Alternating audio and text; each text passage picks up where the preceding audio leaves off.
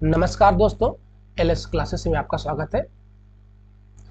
हम लोग क्लास 6 का भूगोल भी कर रहे थे। आज ये क्लास 6 का भूगोल का लास्ट चैप्टर भी, क्लास 6 का भूगोल का ये लास्ट चैप्टर है। आज हम लोग क्लास 7 के बारे में भी चर्चा करेंगे। मैं आपको बता दूं कि मैं एनसीईआरटी की सीरीज में आपको दृष्टि पब्लिकेशन जो सीरीज है वो मैं आपको पढ़ा रहा हूँ, जिसमें से मैं भूगोल करा रहा हूँ और आपको इतिहास की क्लास दे रहा हूँ और साथ में साथ साइंस की भी क्लास, आपको सामान्य जो विज्ञान है उसकी क्लास आपको दे रहा हूँ। ये 3 क्लास मैं आपको दे रहा हूँ, ठीक है। तो क्लास 6 का आज ये लास्ट चैप्टर है, अंटार्कटिका के बारे में हम लोग अध्ययन करेंगे।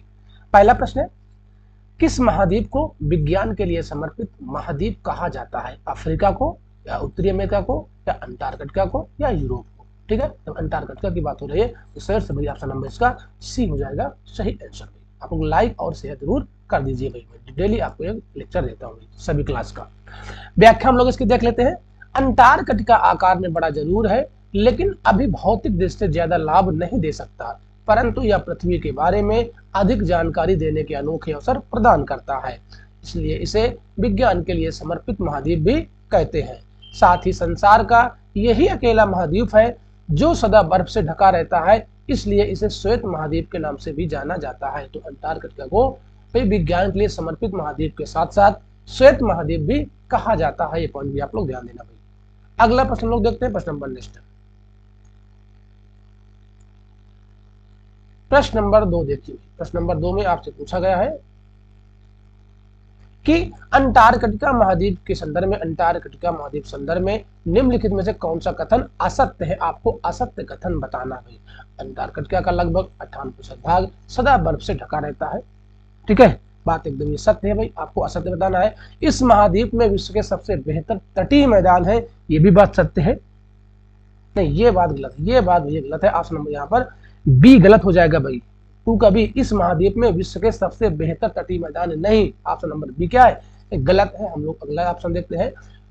क्वीन मार्ट पर्वत श्रेणी इस महाद्वीप को लगभग 2 बराबर भागों में विभाजित करती है, बिल्कुल बात सत्य है। यहाँ ग्रीष्म ऋतु में कभी सूर्य अस्त नहीं होता है, अतः तथा शीत ऋतु में सूर्य उदय नहीं होता, ये बात भी सत्य है। लेकिन जो ऑप्शन नंबर बी है ये क्या है? ये गलत है भाई। ऑप्शन नंबर बी गलत हो जाएगा। क्यों गलत है, इसके बारे में हम लोग इसका व्याख्या देखते हैं भाई। दूसरा कथन क्या असत्य है? अंटार्कटिका का अधिकतर भाग उबड़ खाबड़ तथा पर्वतीय है, यहाँ का समुद्र तट खड़े ढाल वाला है, यहाँ तटीय मैदान नाम मात्र को भी नहीं है। जो तटीय मैदान है यहाँ पर नाम मात्र को भी नहीं है, इसलिए वो गलत था। नेक्स्ट है प्रश्न नंबर 3, निम्नलिखित में से कौन सी अंटार्कटिका महाद्वीप की मुख्य वनस्पति है? लाइकेन है, मास है, ओक है, पाइन है? ए, बी, सी या डी? प्रश्न नंबर 3, प्रश्न नंबर 3 में आप लोग क्या आंसर देगा भाई? अंटार्कटिका महाद्वीप की मुख्य वनस्पति, ठीक है, तो जाएगा भाई ऑप्शन नंबर यहाँ पर ए आंसर, लाइकेन और मास। ऑप्शन नंबर यहाँ पर ए हो जाएगा सही आंसर, 1 और 2 हो जाएगा इसका सही आंसर, 1 और 2 इसका करेक्ट आंसर हो जाएगा भाई। लाइकेन और मास अंटार्कटिका महाद्वीप की मुख्य वनस्पति है। अंटार्कटिका का अधिकतर भाग ठंडा मरुस्थल है, यहाँ की थोड़ी सी वनस्पति पर बहुत कम जीव जंतु अपना गुजारा कर सकते हैं, लेकिन यहाँ के सागरों में जीवों की बहुतायत है। पेंगुइन, समुद्री पक्षी तथा सील यहाँ की बड़ी संख्या में है। सागरों में व्हेल भी पाई जाती है, सागरों में व्हेल मछली भी पाई जाती है। अगला प्रश्न है प्रश्न नंबर 4, अंटार्कटिका महाद्वीप को चारों ओर से घेरने वाला महासागर का नाम आपसे पूछा गया है। दक्षिणी महासागर है, हिंद महासागर है, प्रशांत महासागर है, या अटलांटिक महासागर है? प्रश्न नंबर 4, प्रश्न नंबर 4 में ऑप्शन हो जाएगा ए, दक्षिणी महासागर। क्या हो जाएगा? दक्षिणी महासागर इसका हो जाएगा करेक्ट आंसर भाई, 4 का ए आंसर, ठीक है। चलिए हम लोग इसकी व्याख्या देखते हैं। इस बर्फीली महाद्वीप को के चारों ओर से घेरने वाले महासागर का नाम है दक्षिणी महासागर। यह एक ठंडा महासागर है। इस महासागर के ऊपरी जल का तापमान 4 डिग्री सेल्सियस से ऊपर नहीं जाता है। यहाँ की जलवायु बहुत ही कठोर है। संसार में सबसे कम तापमान -95 डिग्री सेल्सियस इस महाद्वीप में स्थित दक्षिणी ध्रुव पर शीत ऋतु में अंकित किया गया है। शीत ऋतु में भी तापमान 0 डिग्री सेल्सियस से ऊपर नहीं जाता है। ये पॉइंट भी आप लोग ध्यान देना, ठीक। यहाँ से आपकी क्लास 6 को ये समाप्त होता है। अब हम लोग चलते हैं क्लास 7। क्लास 7 का जो आपका पहला चैप्टर है पर्यावरण, सामाजिक विज्ञान, क्लास 7 का जो पहला चैप्टर है पर्यावरण के बारे में यहाँ पर प्रश्न आपको दिए गए हैं। ठीक है, हम लोग कक्षा 7 में भाई पहुंच गए हैं, कक्षा 7 में हम लोग पहुंच गए हैं। कक्षा 6 के जो भूगोल है आपकी सारी वो फिनिश कर दिया हूँ। वैसे मैं आपको पूरा 6 से लेकर भैया 12 तक 12 तक मैं आपको पूरा साइंस भी कराऊंगा और भूगोल भी कराऊंगा, इसके बाद इतिहास, और मैं आपको संविधान की क्लास भी दूंगा भाई। ठीक है, तो इसका पहला प्रश्न है आज का, देखो प्रश्न नंबर 1, निम्नलिखित में से कौन से घटक पर्यावरण के अंतर्गत शामिल हैं? मनुष्य है, धरातलीय स्थलाकृतियां हैं, मानव निर्मित वस्तुएं हैं और प्राकृतिक वस्तुएं हैं। इनमें से आप लोग क्या आंसर दे रहे भाई? आपको बताना है पर्यावरण के अंतर्गत शामिल घटक कौन कौन से हैं, ए, बी, सी या डी। ठीक, तो ये चारों क्या है? ये चारों भी ये शामिल होती हैं। उपर्युक्त सभी ऑप्शन नंबर इसका डी हो जाएगा सही आंसर। क्या हो जाएगा इसका? ऑप्शन नंबर डी हो जाएगा करेक्ट आंसर। ठीक, व्याख्या देख लेते हैं। किसी भी जीवित प्राणी के चारों ओर पाए जाने वाले लोग, स्थान, वस्तुएं एवं प्रकृति को पर्यावरण कहते हैं।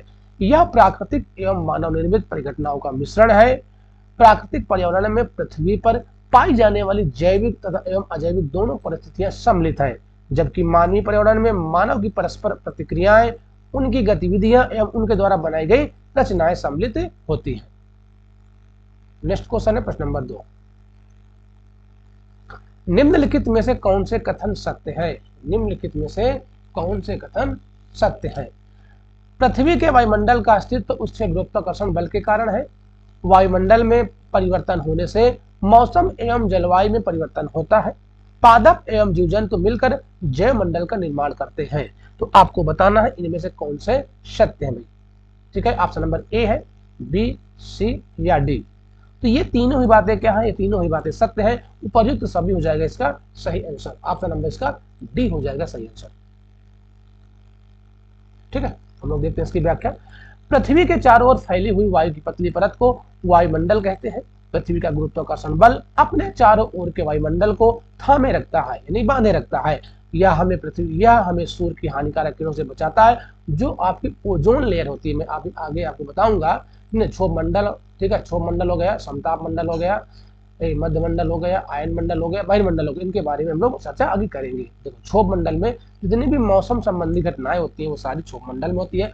इसके ऊपर मिलता है समताप मंडल। समताप मंडल के जस्ट ऊपर मिलता है आपको ओजोन लेयर, ओजोन परत है ना, वो जो सूर्य की अल्ट्रावायलेट किरणें होती है उनको अवशोषित कर लेती है, वो जो ओजोन लेयर है, तो वो पृथ्वी पर नहीं आ पाते। अगर मान लो पृथ्वी पर वो आ जाए तो त्वचा कैंसर की बीमारियां बढ़ सकती है भाई। ठीक है, तो हम लोग चलते हैं।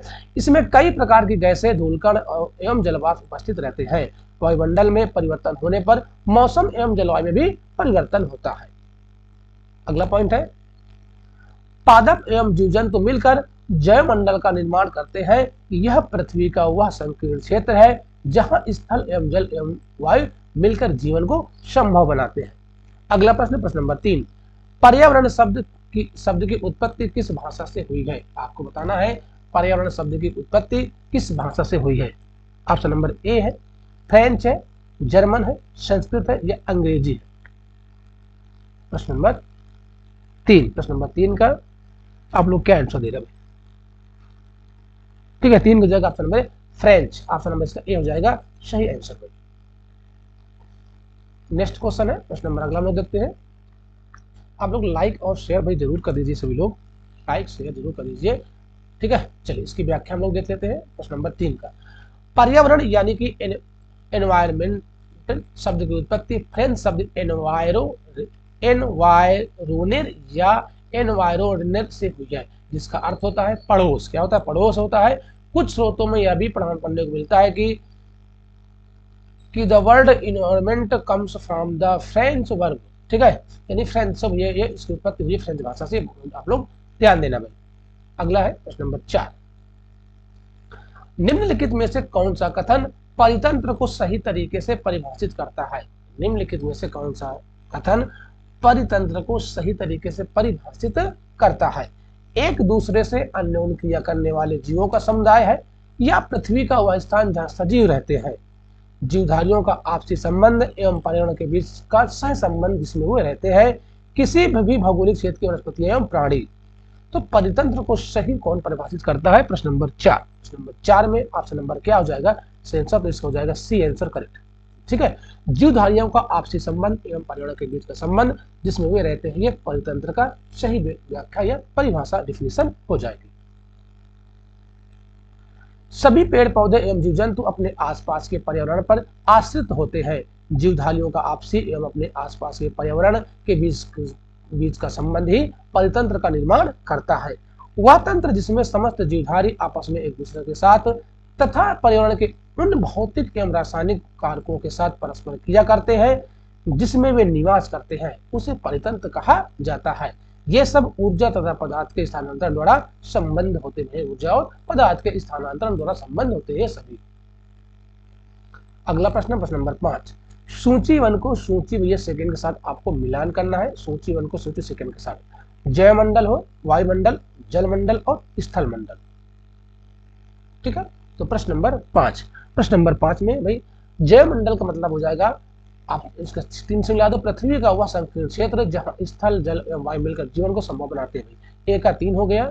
ठीक है, वायुमंडल क्या हो गया भाई, वायुमंडल आपको हो जाएगा पृथ्वी के चारों ओर फैली हुई वायु की परत जो होती है। ठीक है, जलमंडल, जलमंडल आपको हो जाएगा जलीय क्षेत्र हो जाएगा, और आपका स्थल मंडल हो जाएगा ये, यानी ए का 3 है, ए का 3 हो जाएगा और बी का 1 और 2 4, 3 1 2 4, 3 1 2 4, 3 1 2 4, 3 1 2 4, यानी कि आपका नंबर यहाँ पर सी हो जाएगा भैया सही आंसर। अगला है, ठीक, चाहे इसकी व्याख्या देख लो आप। पादप एवं जीव जंतु मिलकर जैवमंडल या सजीव संसार का निर्माण करते हैं। यह पृथ्वी का वह संकीर्ण क्षेत्र है जहां स्थल जल एवं वायु मिलकर जीवन को संभव बनाते हैं। अगला पॉइंट हम लोग देखते हैं भाई। अगला पॉइंट है, पृथ्वी के चारों ओर फैली वायु की पतली परत को वायुमंडल कहते हैं। पृथ्वी का गुरुत्वाकर्षण बल अपने चारों ओर के वायुमंडल को थामे रखता है या बांधे रखता है। जल के क्षेत्र को जलमंडल कहते हैं। यह जल के विभिन्न स्रोतों जैसे नदी, झील, समुद्र, महासागर आदि जैसे विभिन्न जलाशयों से मिलकर बनता है। पृथ्वी की ठोस प्रॉपर्टी या कठोर ऊपरी परत को स्थलमंडल कहते हैं। यह चट्टानों एवं खनिजों से बना होता है एवं मिट्टी की पतली परत से ढका होता है। नेक्स्ट क्वेश्चन है प्रश्न नंबर 6। देखो नंबर 6, विश्व पर्यावरण दिवस कब मनाया जाता है? आपसे पूछा जा रहा है कि विश्व पर्यावरण दिवस कब मनाया जाता है। आप लोग लाइक और शेयर जरूर कर दीजिए। प्रश्न नंबर 6 का सही आंसर दीजिए। विश्व पर्यावरण दिवस कब मनाया जाता है ये आपसे पूछा जा रहा है। तो 5 जून को या 5 जुलाई को या 10 जून को या 8 जुलाई को। प्रश्न नंबर 6, प्रश्न नंबर 6 का हो जाएगा भाई ऑप्शन नंबर के ए, यानी कि 5 जून को विश्व पर्यावरण दिवस मनाया जाता है। प्रत्येक वर्ष 5 जून को विश्व पर्यावरण दिवस के रूप में मनाया जाता है। ऑप्शन नंबर इसका ए हो जाएगा सही आंसर। ठीक है, तो यहाँ से आपका क्लास 6 का पहला चैप्टर समाप्त होता है। अब हम लोग चलते हैं नेक्स्ट चैप्टर में, यानी कि आप चैप्टर नंबर 2 क्लास 7 का, सॉरी क्लास 7 का, क्लास 6 को मैं पढ़ा चुका हूँ। कक्षा 7 का जो दूसरा चैप्टर है हमारी पृथ्वी के अंदर, हमारी पृथ्वी के अंदर, ठीक है, चैप्टर नंबर 2 को हम लोग अभी अध्ययन करेंगे। इसका पहला प्रश्न देखो, प्रश्न नंबर 1। प्रश्न नंबर 1 है, नीचे दिए गए कथनों को ध्यानपूर्वक पढ़िए। नीचे दिए गए कथनों को ध्यानपूर्वक पढ़िए और उसका आंसर दीजिए भाई। पृथ्वी की सतह की सबसे ऊपरी परत को प्रॉपर्टी कहते हैं तथा यह सबसे पतली परत है। ठीक है, बात तो एकदम क्या है भाई सही है ना। महासागरीय प्रॉपर्टी की मोटाई महाद्वीपीय प्रॉपर्टी से अधिक होती है। नो, ये बात गलत है भैया। महासागरीय प्रॉपर्टी की जो मोटाई होती है वो महाद्वीपीय प्रॉपर्टी से अधिक नहीं होती है, कम होती है। तो 1 का हो जाएगा, केवल 1 सही है भाई, केवल 1 सही है। 2 इसका हो जाएगा गलत, आपको सत्य बताना था। इसका मतलब ऑप्शन नंबर यहाँ पर ए हो जाएगा सही आंसर। क्यों भाई सेकंड क्यों गलत है? क्योंकि महासागर की जो आपकी मोटाई है प्रॉपर्टी की, है ना, जो ऊपरी परत है उसकी ज्यादा होती है, महाद्वीपीय की ज्यादा होती है, महासागरीय की कम होती है। ये पॉइंट आप लोग ध्यान देना भाई। पृथ्वी की सतह की सबसे ऊपरी परत को प्रॉपर्टी कहते हैं। यह सबसे पतली परत होती है। प्रॉपर्टी की मोटाई महाद्वीपीय और महासागरों के नीचे भिन्न भिन्न होती है। महाद्वीपीय भाग में इसकी मोटाई 35 किलोमीटर होती है एवं समुद्री सतह की इसकी मोटाई मात्र भैया 5 किलोमीटर तक पाई जाती है। अर्थात महाद्वीपीय प्रॉपर्टी की मोटाई महासागरीय प्रॉपर्टी की मोटाई से अधिक होती है, ना कि महासागरीय की मोटाई ज्यादा होती है। ठीक है, अगला है प्रश्न नंबर 2। निम्नलिखित में से कौन से कथन असत्य है? आपको बताना है इनमें से कौन से कथन असत्य कथन आपको बताना है। महाद्वीपीय प्रॉपर्टी सिलिका एवं एल्यूमिना जैसे खनिजों से बनी है। महासागरीय प्रॉपर्टी सिलिका एवं आयरन से बनी हुई है और पृथ्वी की सतह प्रॉपर्टी के नीचे नीचे मेंटल एवं कोर परत का विकास हुआ है। पृथ्वी की सबसे आंतरिक परत को कोर कहते हैं, जिसे कोर, जो कि मुख्यतः निकेल और लोहे से बना है। निकेल और लोहे से बना है। इनमें से आप लोग क्या आंसर गलत दे रहे हो, आपको गलत आंसर बताना है। हो जाएगा भी ऑप्शन नंबर बी क्या हो जाएगा, गलत। ऑप्शन नंबर बी गलत है, बाकी तीनों क्या है और बाकी सही है। ठीक है, चलिए तो देखते हैं इसकी व्याख्या। विकल्प बी क्या सत्य है। महासागरीय की प्रॉपर्टी मुख्यतः सिलिका एवं मैग्नीशियम से बनी हुई, सिलिका और मैग्नीशियम से बनी हुई है, इसलिए इसे सीमा कहते हैं। ठीक है, क्या कहते हैं, सीमा, सियाल, सीमा, निफे, याद है, इसलिए इसे सीमा कहते हैं। सिलिका और मैग्नीशियम, एसआई से सिलिका या मैग्नीशियम तथा मैग्नीशियम की प्रधानता के कारण कहा जाता है। ठीक है, प्रॉपर्टी के ठीक नीचे मेंटल है, क्या मेंटल है, जो लगभग 2900 किलोमीटर की गहराई तक फैले। जो मेंटल है लगभग कितना है, तो ये प्रॉपर्टी मान लो मेंटल जो है वो 2900 किलोमीटर तक फैला हुआ है। पृथ्वी की सबसे आंतरिक परत को कोर कहते हैं, ये सबसे आंतरिक परत है, इसे क्या कहते हैं, कोर कहते हैं। कोर कहते हैं मुख्यतः निकेल एवं लोहे की बनी है, जो निफे, निकेल और जो कोर है वो निफे की बनी हुई है, निकेल और लोहे की यानी कि आयरन की बनी हुई है। ये बात आप लोग ध्यान देना भाई। चलते हम लोग नेक्स्ट क्वेश्चन की ओर भाई।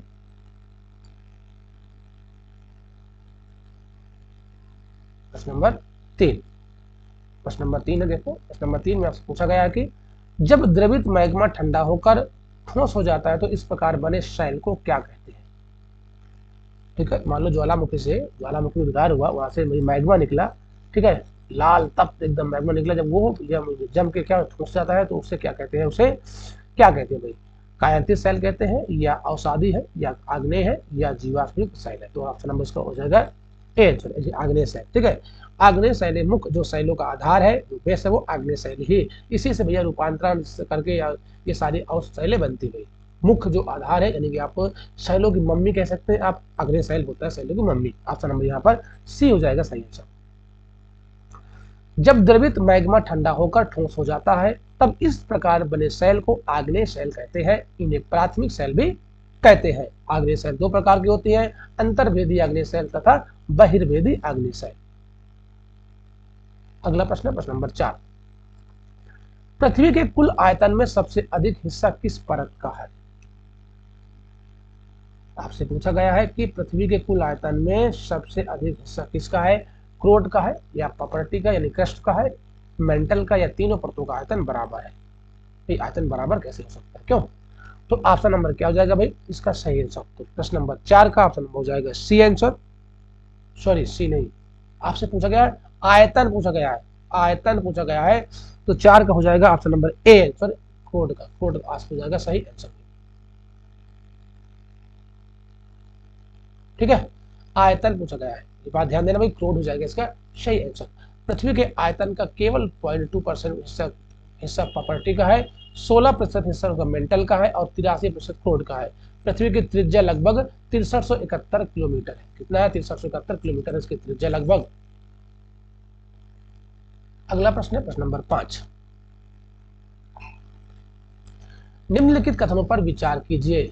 निम्नलिखित कथनों पर आपको विचार करना है भाई।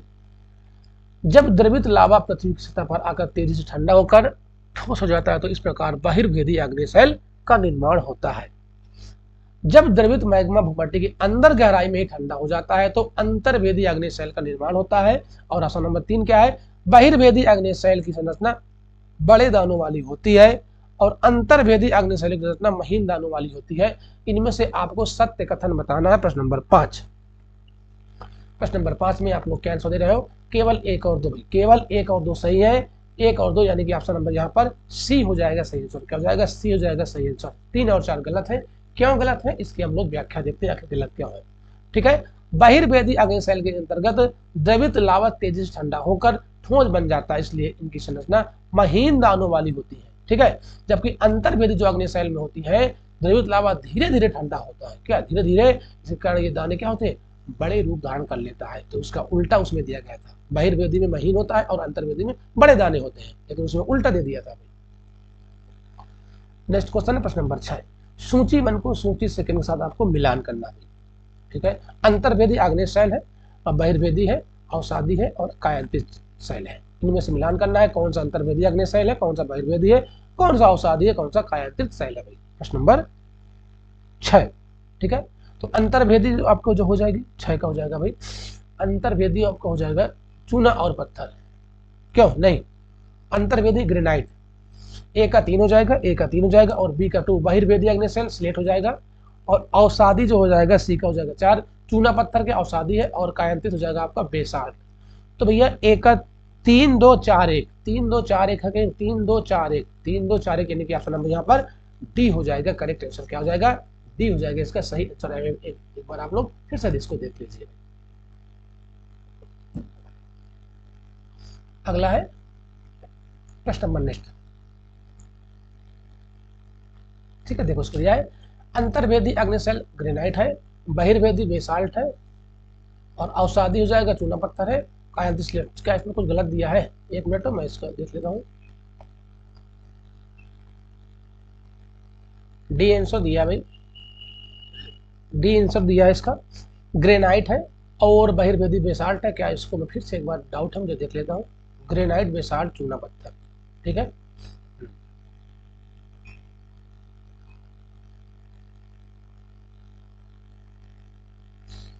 इसमें कुछ भाई अंतर्भेदी आपके इसमें ग्रेनाइट, एक डी आंसर दिया, देखो 3 2 4 1, 3 2 4 1, 3 2 4 1 यानी कि अंतर्भेदी का दिया है आपका ग्रेनाइट हो गया, ठीक है। इसके बाद बहिर्भेदी का आपका दे दिया है, सॉरी सॉरी सॉरी सॉरी, यहाँ पर मैंने शायद गलत लगा दिया हूँ, यहाँ पर मैं थोड़ा मिस्टेक भाई, एक मिनट हो, इसको फिर से देख लीजिए भाई, है ना, इसको फिर से देख लीजिए आप लोग, इसलिए मैं सोच रहा हूँ डाउट कहाँ हो रहा है।